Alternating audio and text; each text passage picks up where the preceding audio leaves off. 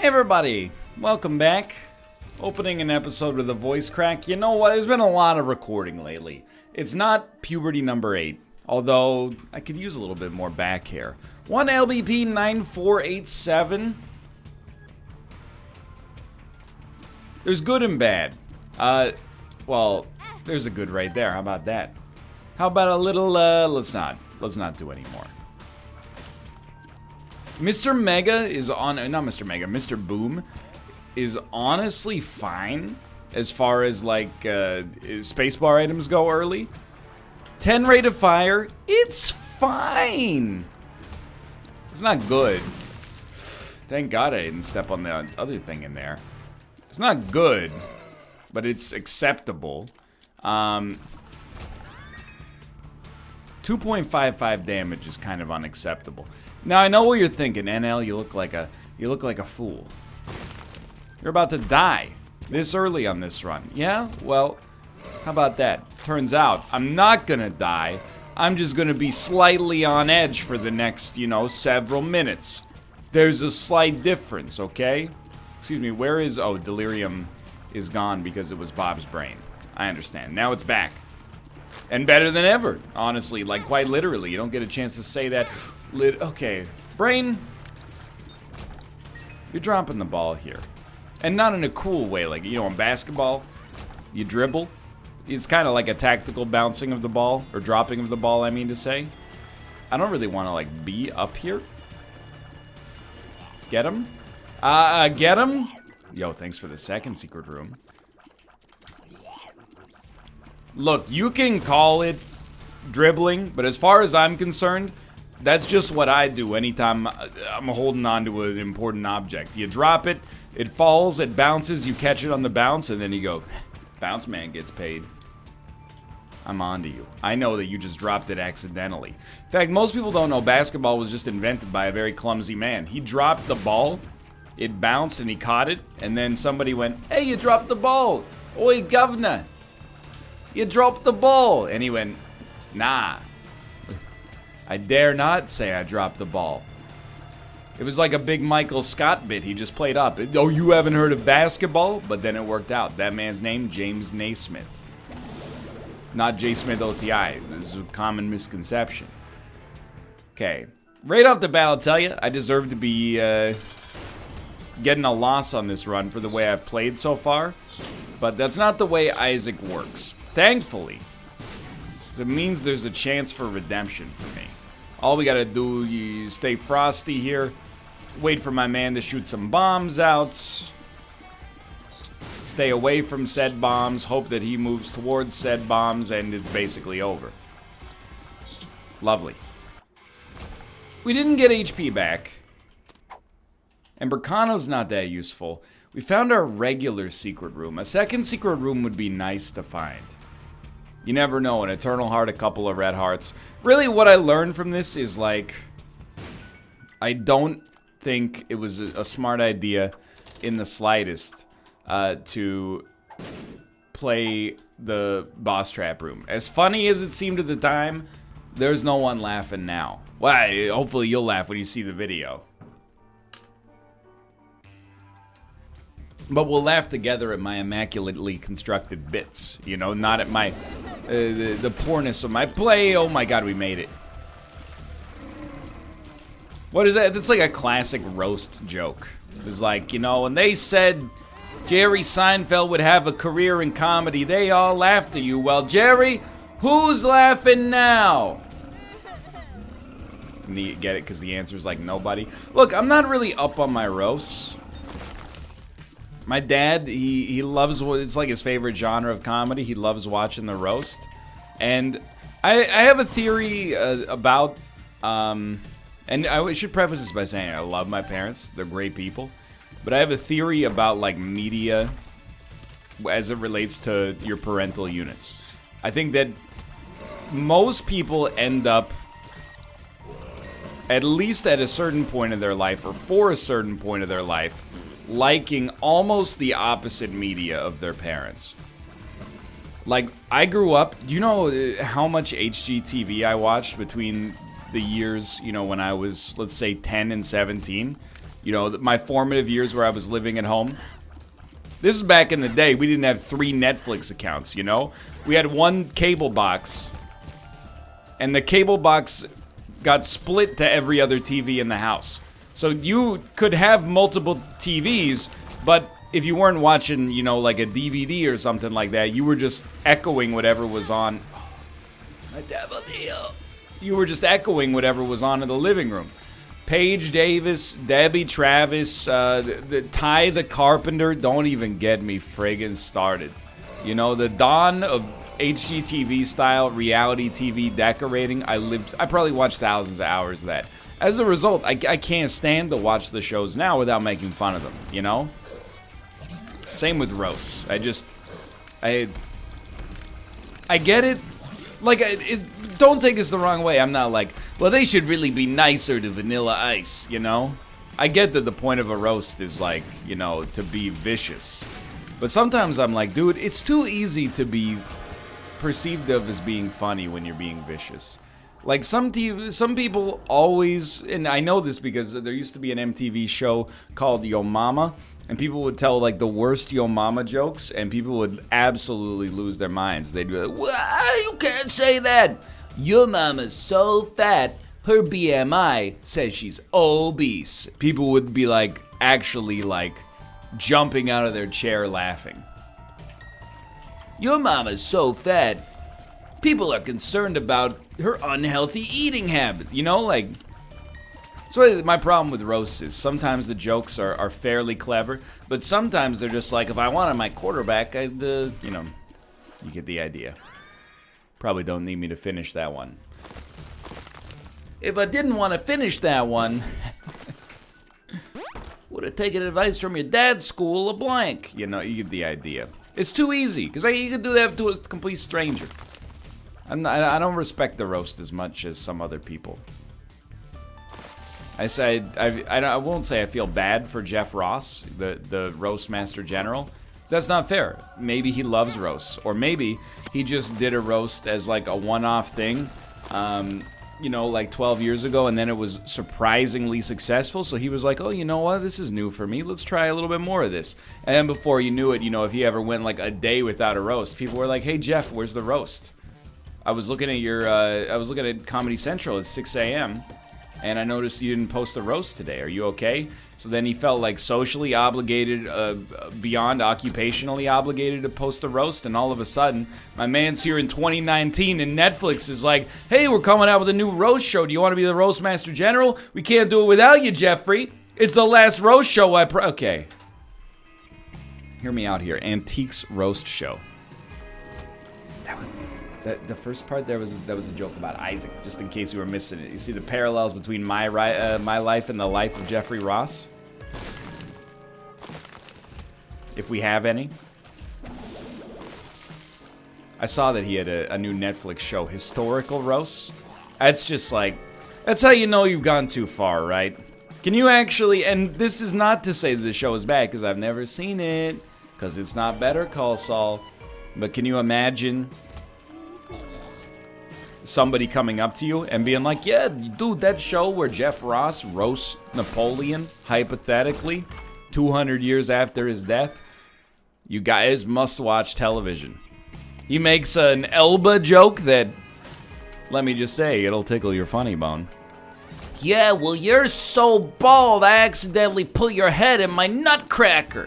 Or as we call it around here, Anna Nicole Smith's. I told you I've watched them before. I know how it goes. And then they cut to, like, you know, Chuck the Iceman Liddell in the audience absolutely losing his mind. Anyway, those are roasts. It's not my ideal form of comedy. What is, you know, it's tough to come up with an ideal form of comedy, but I think at the end of the day, I think the purest form of comedy for me is a sketch comedy, or is it not sketch comedy, sorry, the stand-up comedy television program. You know, 60 minutes, 110, not 110 minutes, an hour and 10 minutes, you know, somewhere in that range of a comedian on stage, you know, building moments with the audience together. That's the best test of a comedian's metal. But I'll watch any terrible sketch comedy show on Netflix. But the caveat is that it has to sell me with the image. If it has an image that like is cringeworthy, and the same goes for stand-up comedy specials on Netflix. But if the image makes me cringe, or the title makes me cringe, I will not watch it. You know, there's some that are just called like outrageous, and I'm like, that's not for me. Anytime you market yourself as a comedian, I think by being like, he says the things other people are afraid to. I'm like, that just means you're not that funny. At least that's what the advertisement says to me. You've seen all the funny comedians. Come see the one who doesn't care what you think about him. Hey, farted on a picture of the Virgin Mary yesterday, and boy, let me tell you, her breath stinks. Not really that humorous, but it kind of at least is gross, and that's funny innately. It's Northernlion, YouTube's dirtiest comic. Oops, I had a Chili Willy for lunch. Okay, I don't like this bit. This is getting a little... Because I'm worried we're going to end up with like a Black Mirror moment where people are like, hey, bring that character back. Bring back the Chili Willy guy. Yeah, I like him. You're all talk. It's all boring, faux sophisticated nonsense. I pretend to be a fan of art house films, but my favorite movie is John Wick 3. Yeah, we had enough of that. Bring back the guy who farts. Anyway, you get the idea. It's media. Oh, thank you. I needed something. Something along these lines. Anyway, dude, can I tell you, we're 11 minutes into the episode here. I've been sitting on news for a long time. It's not news related to me, it's news related to Kate. She's been working on a game called Cadence of Hyrule. Maybe you've heard of it? It's from Brace Yourself Games, who made Crypt of the Necrodancer, and it's basically Crypt of the Necrodancer set in the Legend of Zelda universe, licensed like through Nintendo with their ascent, you know? She recorded the music in the ice caves collaboratively, and also played the oboe part. And the boss of the ice caves, spoilers, uses an oboe, so it's a prominent role. We've been sitting on this friggin' news since like January. Can't tell anybody. Legally. I don't even know if she should have told me, but you know, it's kind of like, they bake it into every NDA. You can't tell anybody, but your spouse is like, come on, good to go.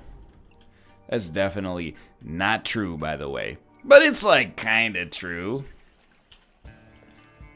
We're not working for the CIA. Plus, I'm a steel trap. You know, as I've built relationships in this industry. I don't want this anymore. Yes, I do. People know. And I say this every time. Sometimes I'll be at like a media event. People will quote unquote leak something to me. And this is, I'm not joking, just to like make myself seem important. Like, Shigeru Miyamoto and I were hanging out and he told me his uncle works at Nintendo. No, it's just like, sometimes somebody will ask a question and they'll be like, yo, is this off the record? And they'll be like, sure. And then they'll answer the question. Sometimes they go, don't tell anybody, Ryan. And the thing is, I don't have anybody to tell. First off, I would never, if something's told to me in confidence in that degree, I would never do it. Not just because of, like, jeopardize my professional relationship with that person, but also, like, what's the point, you know? Secondly, you think I'm really gonna make, like, an edited YouTube video that's like, hot scoop? It's always stuff like, there's gonna be a sniper rifle in the new Halo game. That's right, you heard it here first. Investigative journalist Northernlion. He was hanging out at Snapes and Ladders, the board game cafe in Redmond, Washington. He overheard Master Chief might return. It's just, I got nobody to tell. Plus, that's way too much work. I could be recording an Isaac episode in that time. But yeah, Kate, she was very excited. She worked on Cadence of Hyrule. It's out today. Press is very good. Buzz is very good. I played a bunch. We played a bunch of co-op. It's an amazing, like, to be credited in a game associated with such a storied franchise is is awesome. And moreover, I feel bad even saying just that, because I feel like everybody's like that. Just to work with Brace Yourself is like, it's an honor as well, you know? Crypt of the Necrodancer is an amazing game. And beyond that, the game's music is handled by Danny Baranowski. So it's like, you know, you got a lot of good connections there. It's a good, you know, introduction to the gaming industry. It's like, yeah, oh, the first title, well, I mean, she's localized some stuff as well, but, you know, the first title that I contributed music for, just a little franchise called Legend of Zelda, where I worked with Daniel Baranowski. So, yeah, it's been really cool. I'm glad it's out, so we don't have to keep shutting up about it. It's been really weird. We knew about it, I mean, obviously, before it was announced publicly, because it only got announced in, like, a Nintendo Direct in, like, February, or maybe even March. And then, like, people were like, whoa, we never could have seen that coming. And I was like, yeah, that's pretty interesting, huh? And then at E3, they were like, it comes out on Thursday. People were like, I'm losing my mind, dude. I'm like, well, maybe I'll play it. I'll see if I got the time in my sky. Gotcha! We freaking gotcha. But yes, I'm a very proud husband. Very excited. It's implemented, like, extraordinarily well. They did a great job. But, you know, all this stuff was... It was handled, like, months ago. Like, well done from a project management standpoint as well. I mean, I don't know if the game was done months ago. I shouldn't say that. But, like, all the music that Kate recorded for it was done, like, you know, back in the springtime. I mean, technically, we're still in the springtime. But you know what I mean. Like, the real springtime, not the pedantic springtime. Maybe even, actually, the wintertime, legally speaking. Legally? Literally speaking? You get the idea. So that's cool. That's been our big news this week. Apart from that, it's been pretty low-key. You know, back in the routine after coming back from Japan, feeling good, no longer jet lagged, getting a good night's sleep every night. There's always that fear, and it's unfounded, but it's easy to call it unfounded when it's not happening to you. There's always that fear that when you don't sleep well, you're never going to sleep well again, you know? But I got it back. Although I do have I have an important business meeting tomorrow. It's at the ripe early time of 10 a.m. So who knows? That could throw it all out of whack. Because now I normally go to the gym at like 9:30. So now I'm like, oh, do I want to wake up super early and go to the gym, or do I want to go to the gym super late? And I'm like, okay, so what's a bigger cost? Not getting a good night's sleep, or going to the gym at a later time when it could be busier? Plus, like, you never, like, I know my morning gym crowd. There's a guy who goes on the treadmill and just walks, and we exchange a nod every morning. There's a young kid who takes a selfie of himself in between every single set, and then, you know, every time he finishes a set, he walks the entire pace of the gym. We've got kind of like an adversarial sort of thing going on, but, you know, at least it's the devil you don't versus the devil, or the devil you know versus the devil you don't, right? There's a guy in unbelievably great shape who comes down to the gym, does one set of pull-ups, and then leaves. And you're like, how did you get so yoked? You're really doing like one set of like body weight exercises every now and then, and like that's good enough? That's incredible, dude.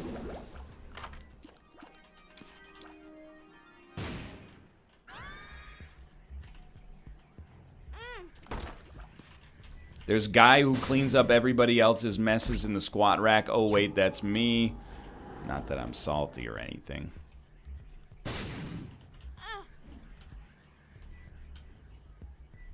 It's just, you know, I know my crowd. I don't want to go down there. Who knows what's going on down there at 1 p.m.? You know, we could have... guy who grunts really loud. We just got rid of guy who talks really loud on speakerphone for hours and hours at the gym, very angrily going like, "You're not listening. You're not listening to me."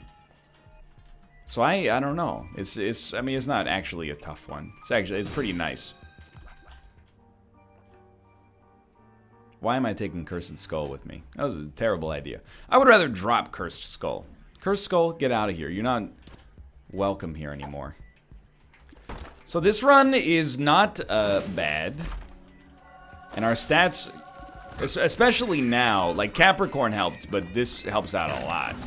Stats are fine. I don't care about boss rush, to be honest. I care predominantly about survival.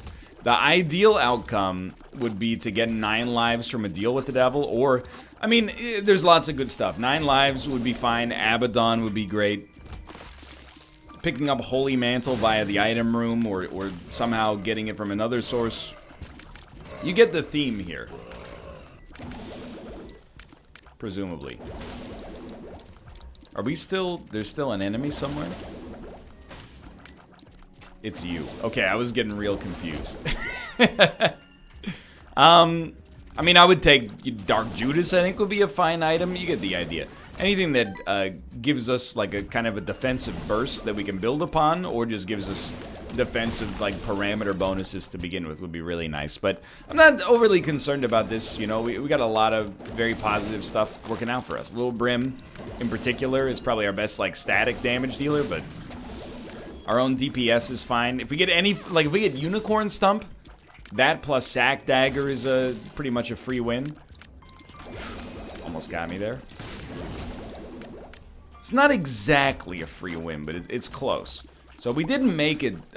We could definitely go to boss rush here.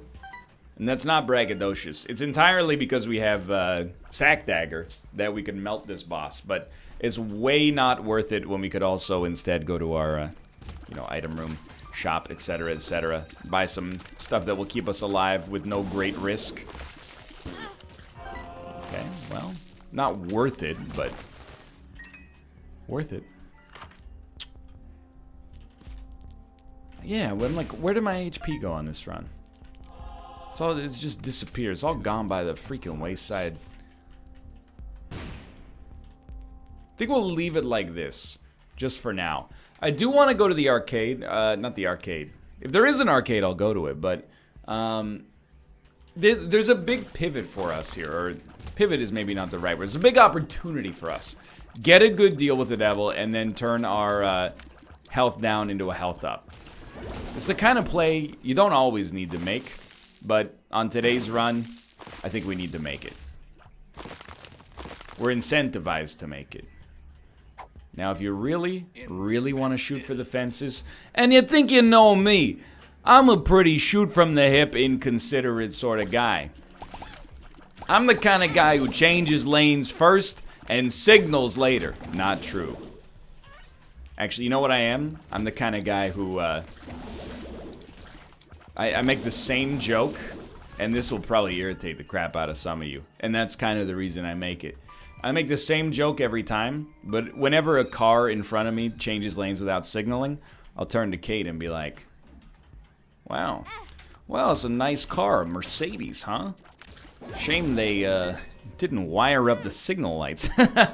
Guess signal lights cost extra these days, huh? Oh, that's a nice, what is that, a Porsche Cayenne? A white BMW SUV with a learner's plate? Just a darn shame that they made it so you had to pay extra to get working signal lights on those sons of guns. She laughs politely, but that's because she has to. It's not a great joke. I'm aware of it. That's why I say it. That's why I repeat it. It gets funnier to me every time. Who's worse there? The person that doesn't signal or the person that tells that joke? Oh, the person that doesn't signal, absolutely. The only way my joke would lead to a car accident would be if I were the passenger and I said it for the 3,000th time and they drove off a bridge with me in the car. So I think that you still gotta give the jerk award to the person not signaling. But I've beaten this drum enough times in this very series. We don't have to go back to the well again. But if I signal NL, someone might take my spot in lane. Well, here's what you do. Get in the lane you're supposed to be in whenever possible, earlier than at the last possible minute. but then I wouldn't be able to pass one more car on the freeway before my off-ramp. See, it always gets down to brass tacks at the end. You always want to get to exit 631 before the 1997 Dodge Intrepid that's going 1 mile an hour slower than you'd like to. I understand. You know, I just crank up the tunes. Sit back, relax. Being in traffic's like it's a break. Okay, well now I'm just being ridiculous, but no deal with the devil. First off, how dare you? Secondly, 80%, dude, come on. Rude. It's a little hermit. And we got at least to a dead end. It's better than being teleported one room over. Because we were teleported 3 rooms over. Thank you very much. So I do think there's a plausible case where we just die on this run. And it basically goes like this. We take more damage than our HP allows us to in order to survive. No, I'm joking.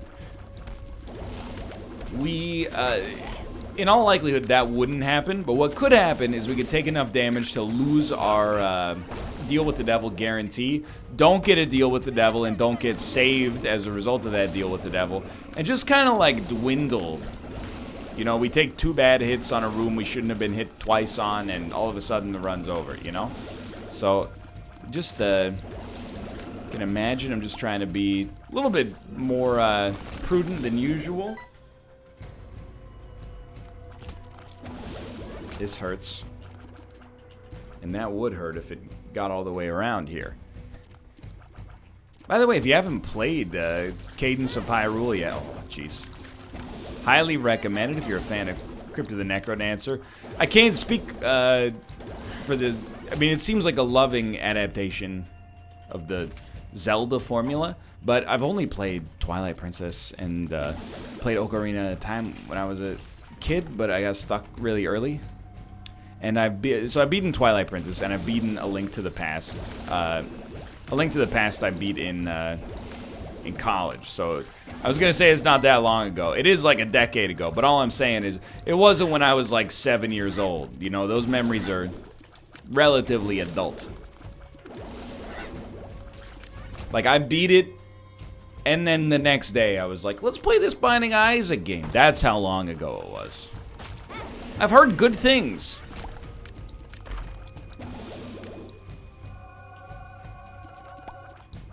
So this, everything's going according to Keikaku, but it's like bad Keikaku.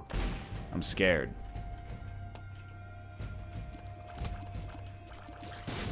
I think, we're gonna just hold on for now. The existence of the Joker card actually changes the game for us. Because, now if we screw up, we're still okay. And I'm not gonna... I think we got the right idea here. We got Emperor and Joker. The ideal use case for the Emperor card is tough right now. It depends on our HP. But I could definitely see myself using it on the Womb too. And, I could see myself using it on the Cathedral. I could see myself using it on the chest. It really depends where the final parts of this floor shake out. Don't leave yet. Don't leave yet. Right now, it's up in the air. Like, this is a much more dangerous run than I ever would have expected us to be in right now. Just a little bit of HP would go a real long way. I'm not... Here's the thing. This run is so winnable. I'm not giving it up without a fight. Please don't be hard, boss. Okay. Not that hard. Definitely killable without getting hit. No guarantees, but... So many familiars, dude. Good stuff. Got your 100%. Got a terrible item. Got, I would say, like, to be honest, nothing of value. And that's being straight up with you. But I will take Contract from Below. And as much as this seems like, what are you doing? As long as we don't screw this part up, we got nothing to worry about. Come down here. You're going to grab the pill. The pill is health up. We're going to pick up our HP. We're going to go down to the next floor. Health up. Now, are we going to use the Emperor card? Yeah. Yeah, I think we will. Let's use this just to get to a half-hard interval, which might actually could come in handy when it comes to like quite literally saving our lives. You always got to check. So it's a Verp health down, infested, health down, infested. I like a health down pill, but both Emperor and Joker are too valuable now. I would rather possibly have the Emperor than get 1 extra HP. As ridiculous as it sounds, I think that's actually fairly sensible. Because 1 HP container, the later you get in the game, the less it's a container, and the more it's what's inside the container. You know what I mean? Like, what's a water bottle? It's a vessel. It's a life-giving carrier. What is a water bottle that's only able to be used one more time? 330 milliliters of water. More or less. So yeah, I think it's definitely the way we want to handle this one. It was an extremely great deal with the devil. The kind of deal with the devil that can win you a run like this. You get what I'm getting at with that analogy? Basically, the less times you're going to refill something, the more it becomes its contents, rather than something that can hold more of itself. You're like, what are you talking about, dude? That's fair. That's a fair criticism. I think it makes sense, though. I might not be explaining the concept that well.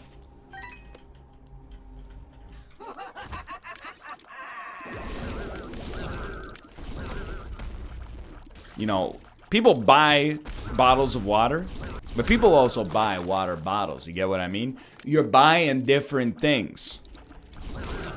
You buy a bottle of water for the water. You buy a water bottle for the bottle.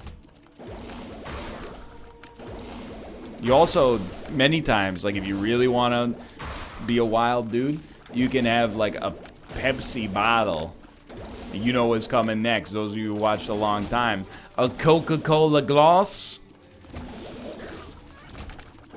But that's only caution. It's an advanced level technique. I would not recommend it if you're a novice soda drinker. Is not... So it's something where your safety is not set in stone.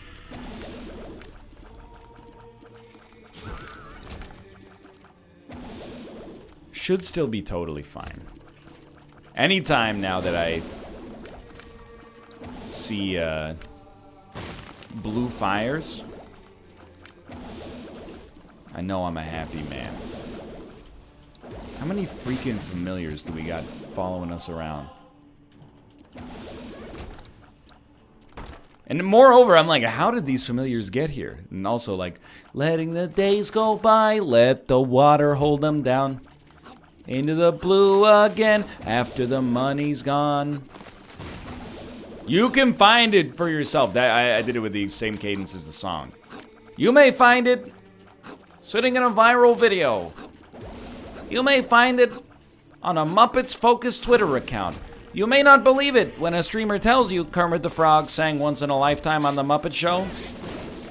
When you see it, you'll say, my God, what have I done? That's not really a good Kermit impression. I can't... The way I always get Kermit is I try to do a good John C. Reilly impression. That's not really where we want to be, man. Can't do it. Can't do it. Try to do Malph's Ray Romano impression. Deborah. Frank. This is not very good. That's what happens when you get a run where you gotta pay attention like the whole time. Find yourself in this situation.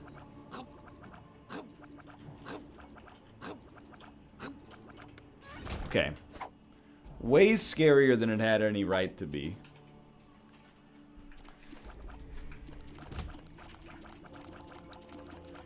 Bob's brain, be careful.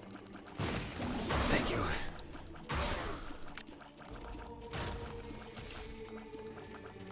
I just, like, I don't know if I can sustain this level of fear for as long as you would want me to.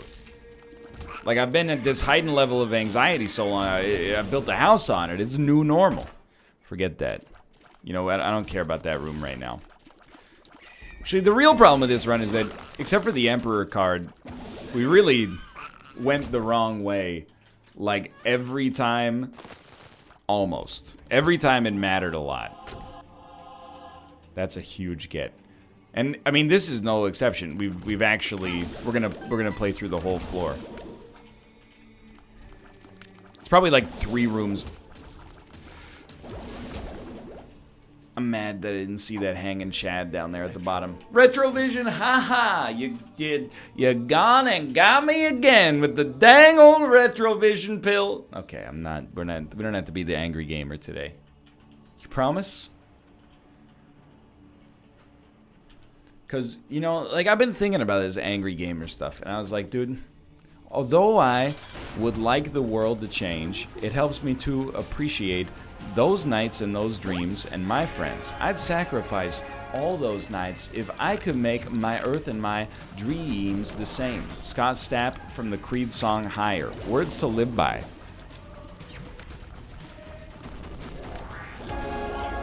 What does it mean? Doesn't matter. It's, hey, well, it'd be nice. That's what it means, I think. Either that or, like, you know, only Archangel Gideon can judge me. Something, I don't know. You never know with that guy. He cuts, you know, both sides of the knife on that one. Sometimes his songs are like, I love my son. Sometimes his songs, you know, they were like, I cry out to God seeking only his decision. Gabriel stands and confirms I created my own prison, yeah. You know, you get the idea. And, you know, we go full circle there. Okay. Hang back. Use your little brims. Get ready. My man's is gonna charge you. He's gonna hit you with everything he's got. It's up to you to get out of the way. And also, please, God, drop some red hearts for me, please.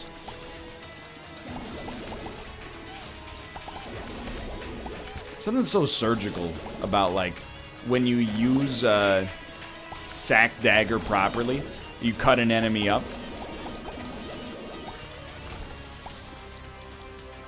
Didn't even notice until just now this is the wrong room. Come on, come on, come on. Half heart, I'll pick up. 1 heart, that belongs to you, my friend. And it wouldn't be this run if we didn't go in the wrong direction. Fair enough, you know? Just the fact that it could have been good warrants checking, you know? You don't expect your lottery tickets to win you the Powerball. But when the numbers come out, you're still like, I might as well give it a shot. So HP's getting a little touchy. As long as we have permanent Polaroid invincibility, we have like a, this will be interesting. We have like a lethal number. If we have 2 HP, if we have enough HP to get a permanent Polaroid invincibility, it's very tough to conceive of a scenario where Blue Baby could beat us, short of me pretty much playing the worst game of Isaac I've ever played. Could happen. Now, not the kind of thing that's worth, you know, planning around, because it's like an act of God, basically. So as long as we can keep ourselves basically exactly where we are right now or better, every room that we knock off, just that much closer to pretty much being set. I don't know how I feel about eyeball tears right now, but I don't think they're doing a bad job. Ooh. A little close for comfort there. Alright, yeah, I'll take a Spirit Heart.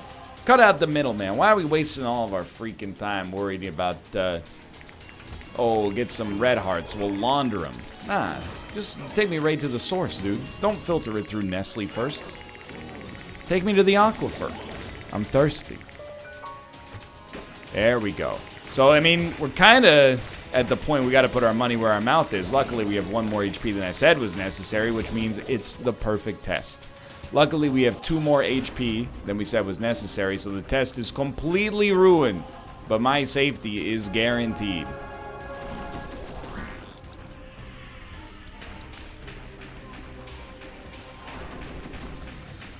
Alright, turns out we need 0 HP to get through that. For now, thanks for watching. I hope you guys have enjoyed the episode. If you did, click the like button. Helps out a great deal. Of course, subscribe if you want to see more in the future. For now, thanks for watching, and I will see you next time. See ya!